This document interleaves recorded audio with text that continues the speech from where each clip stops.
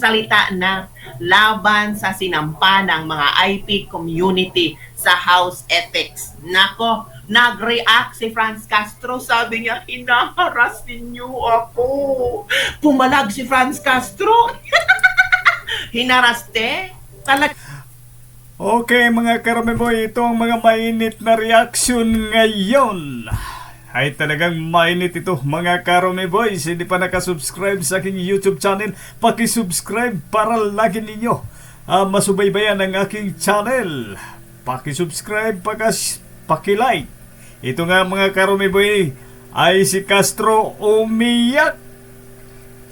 Sumisigaw siya umano ang biktima dito.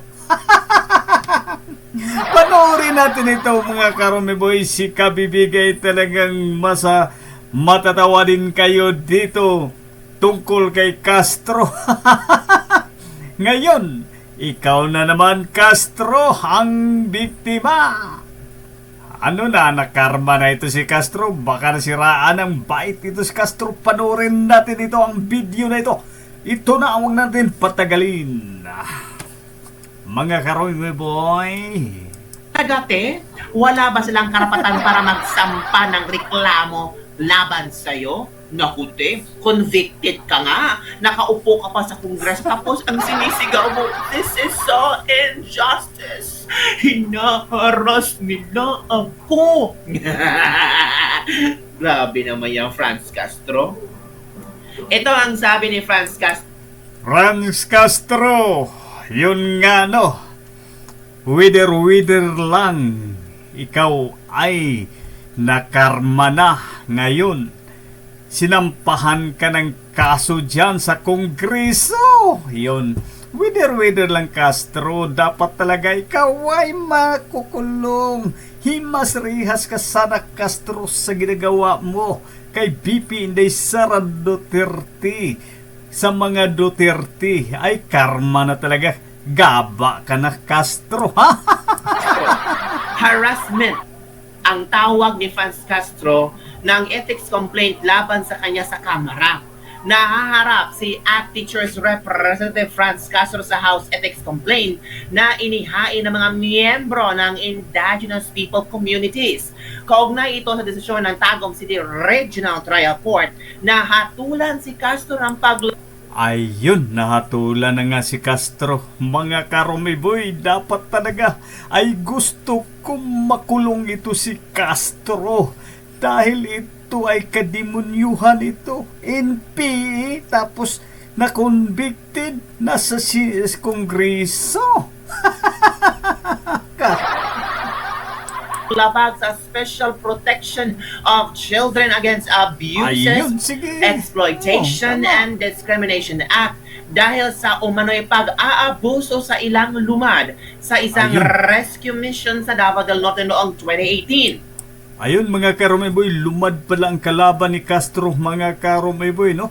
Kasi yung mga kabataan pala noon, kidnap, ni-recruit nito ni Castro at ni Sator Ocampo noon. Kaya nga ngayon, may kaso ito si Castro. Convicted ito. Bakit nanatili pa ito sa Kongreso? Bakit binibibibi ito ni Tambaluslos dyan sa Kongreso? Ay dapat ilagay niyo na yan sa rehas, himas-rehas na yan doon.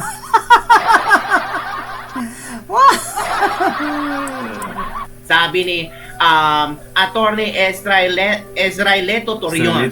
Nakikita naman natin na convicted na siya sa Regional Trial Court even if it's on appeal before higher court. But the administrative aspects of the crime she committed should be likewise under investigation. And if after proper proceedings it is found that she is administratively guilty, then proper penalties such as suspension or if not, expulsion from the House of Representatives.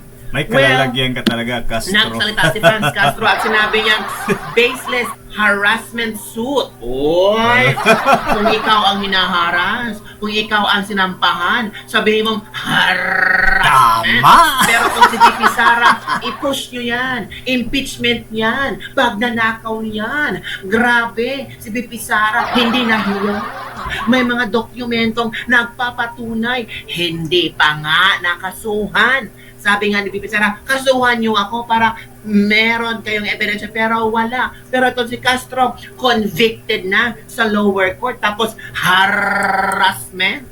Sabi ni Franz Castro, this fabricated, hala, Ayun, oh. Magaling talaga ito si Castro dahil sabi nga niya, fabricated daw ang kanyang kaso. Ano ngayon, Castro? Sige, ikaw, Castro, ay talagang convicted ka. Dapat yung kay pasla ka sa rehas dahil hindi ka dapat tularan sa mga katulad mo.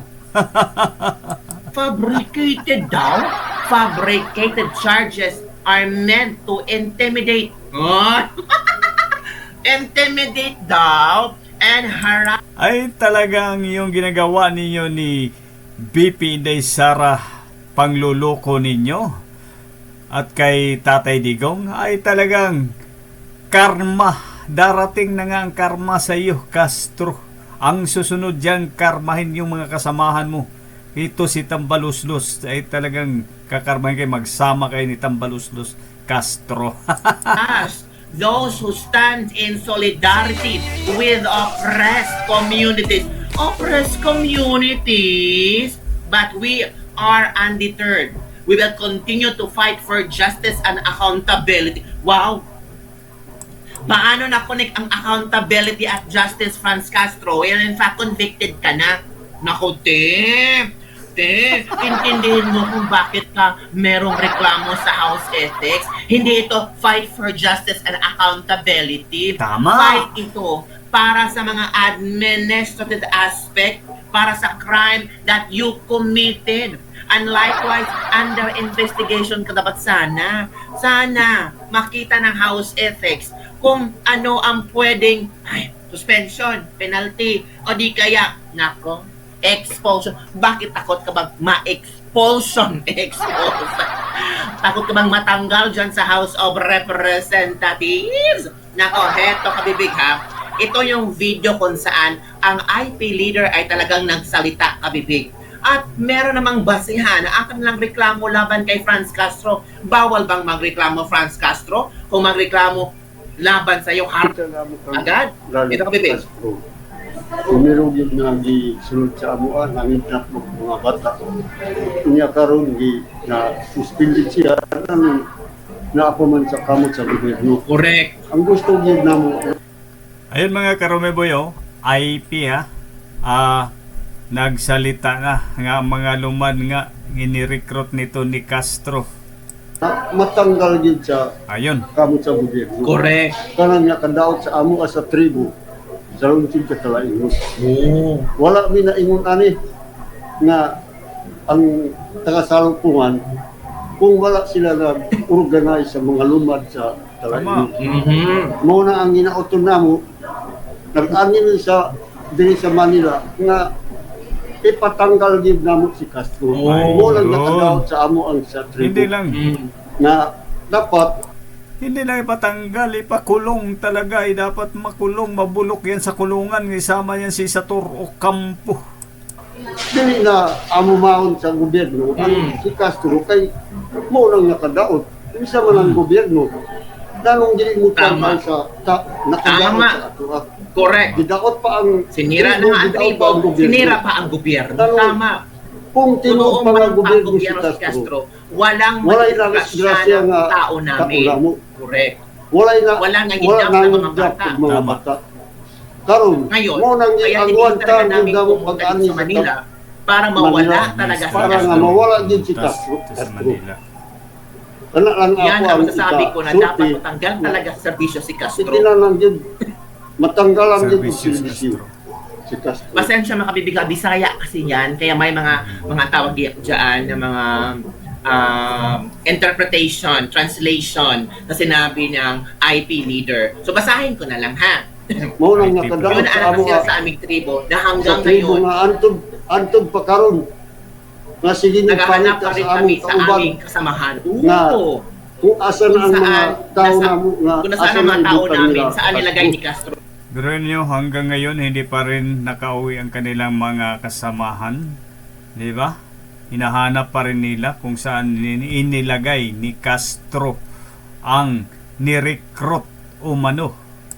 Uy, nawawala pa pala yung may mga ibang labot. tao. Grabe, no? Namatay si Hindi Bibiyaon. pagkamatay ni Bibiyaon. Wala pa yun ipakita sa ama kung tinuban namatay si namatay na si Bibiyaon. Bibiyaon. Mao na Yan ang ang amin. amo murag nasakitan ni sa amo ang dugan.